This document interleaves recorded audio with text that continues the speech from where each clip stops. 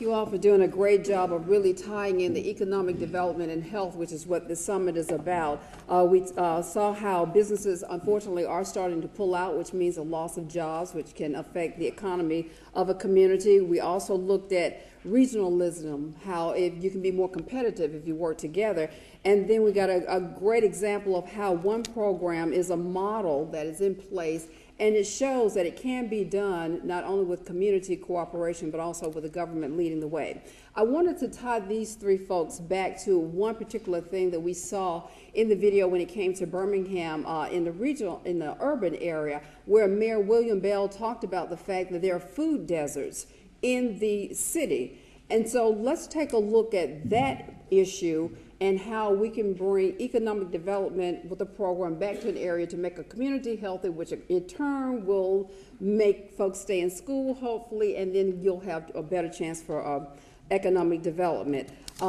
We heard mentioned that with the lack of economic development and jobs pulling out, companies at this point now are looking at where will they reinvest, and a lot of them don't want to come to certain areas, as particularly in distressed communities. So again, those communities stay distressed. How then do we get cooperation, competitiveness within an area, not necessarily outside of a community? And then keep in mind the kids. If we keep the kids healthy, this is the future workforce, and they stay in school, then you've planted a seed. So it's almost like which comes first, I guess, the chicken or the egg. So if you all would talk a little bit about that, particularly when it comes to grocery stores not wanting to invest in communities where we all have to eat, kids have to eat. You have fast food places where folks can get a meal for $2.99 and supersize it for additional 99 cents, but they can't get an apple. So if we want to talk about that a little bit. I'll be happy to start that conversation. You know, part of that is an education process for some of the national grocery chains. Frankly, a number of them have already learned some of those lessons, and that they understand that they can make money in a different way, particularly in inner city retail settings. Companies like Pathmark have already learned it in the New York City, Newark, New Jersey area. They have invested in a number of inner city locations, and they know that the average grocery receipt is smaller. They know that they may have to add security as a perceptual issue to make people feel better. But people come more often. You tend to have higher numbers of people living in housing units. So when you get to retail, you look at rooftops. You know, how many rooftops within a certain amount of blocks or miles from a location. And so your rooftops, or the number of people within those, tend to be greater. And so, you know, we can be successful. In most major cities around the country, we've got a drugstore on every corner. 10 years ago, that was not the case. So if the drug industry has been able to figure out how to make inner city retail work for them, it seems to me we can carry over some of those answers to the grocery industry as well. I think some of the information about grocery deserts is starting to become old data, in that we have made great progress in a number of places, and organizations like the International Council of Shopping Centers have been pushing inner city retail. Some companies have realized they've essentially evaporated their suburban marketplace, and so that the next place for investment, even Walmart, which has been abhorrent to go into inner cities, are now even starting to look at some inner city locations. Second, there is a way of dealing with this without going to strictly grocery stores as well. You know, Michelle Obama opened up with help, obviously, a farmer's market not far from the White House, and we can look at farmer's market operations as a way of bringing green goods into neighborhoods that have not been traditionally served as well. And now, the last point that I would make, and oftentimes inner city land is a lot more expensive. So we do find that oftentimes cities may have to help to assemble the land. They may have to figure out if there's a brownfield that they can reuse in some way to provide that location, or they may need to write down some land in order to make that retail space actually make sense competitively. Besides attracting the Safeways and Pathmarks into the inner city, as well as doing farmers markets, you know, the opportunities to have food cooperatives for the community, and there are models out there and plans that could be used to optimize on that kind of scenario for communities to bring in produce, et cetera, on a regular basis, for it to be there every day, so that people have that opportunity. I'm reminded, and you know, correct me if I'm wrong on this, but I believe that Whole Foods, although it's a very beautiful environment now, very glitzy in its presentation, didn't start out that way. I believe that Whole Foods started in Austin, Texas, sort of like a cooperative during the 1970s. I happened to be at UT Austin at the time. I was about 2 years old. But I digress on that. But it was not what you see today. It was organic foods that were brought in from the Texas, you know, neighboring cities and farms into Austin so people could buy the food.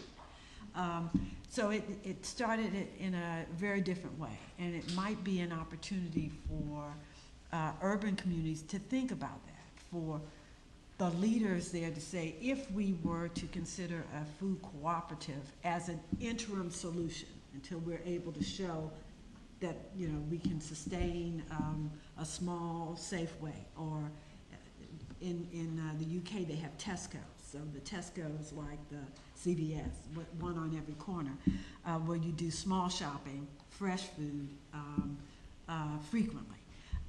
So if you can come up with a solution that gets people what they need right away for their health benefit, it will also show the major retail operations that there's a sustainability that's there, and that they may want to move into that community. I think one of the things is really an all the above approach. I think at one thing we've got to do, I think, starting at the grassroots level, a lot of this is going to be determined by where dollars are spent. If communities demand, if they stop going to McDonald's, guess what? The McDonald's isn't going to be there. I mean, so we've got to also educate people on the benefits of eating healthy food and have a groundswell from that angle. Also, you know, with community leaders, instead of always prioritizing other things, I think the grocery store idea, the farmer's market, things like that, that has to become an issue at their level. And I just think ultimately, though, it's going to come back to, if the people say, "Hey, we're not going to buy the fast food products," that's going to go a long way. And then there are incentives in place, you know, whether it's for minority-owned small businesses or others. I think as communities, as a state, we need to do a better job of explaining to folks the benefits that are out there, the tax incentives, the grants that you can get to, you know, open your own business. And so I think it's got to be a priority at the state level, at the local level, and ultimately at the grassroots level to make it happen. I've heard transportation or transit is important, one, to get to that food, and also to get to health care. I don't know that I've heard another compelling problem at this point, but I have heard food and transportation. Employment generally. Right, but if I can eat, if I'm not hungry, and I can walk around and be healthy, then I can possibly find a job or apply. But if I'm really concerned with how am I going to eat today, then the job may not, or I'm not feeling well because I'm not eating the right things because I have diabetes or whatever. That might drive my mood to look for a job. So I think having better quality health may motivate you to look for employment. So I think if you have food, health, economic, advancement certainly can come from that. If you don't have good health and you're hungry, or you aren't getting the right nutrition so that you can be alert and attentive, then it's hard to be productive in a work environment. So that's what I've heard. Now, if there's something else, You heard something else? there's a lot more. I'm sorry. Yes, but You heard about working But- poor? working poor, heard about that, that's true. But if you need quality food, that is a fundamental need, that you need nutrition. You need nutrition. Putting a poor grade of food store in your community, so you gotta eat poor grade of food until you convince someone else with better grade of food. That still is not helping us none. That's correct, that's correct. That is correct. So is there a solution path for food? Is there a solution path for food here that you want to talk about? Is that,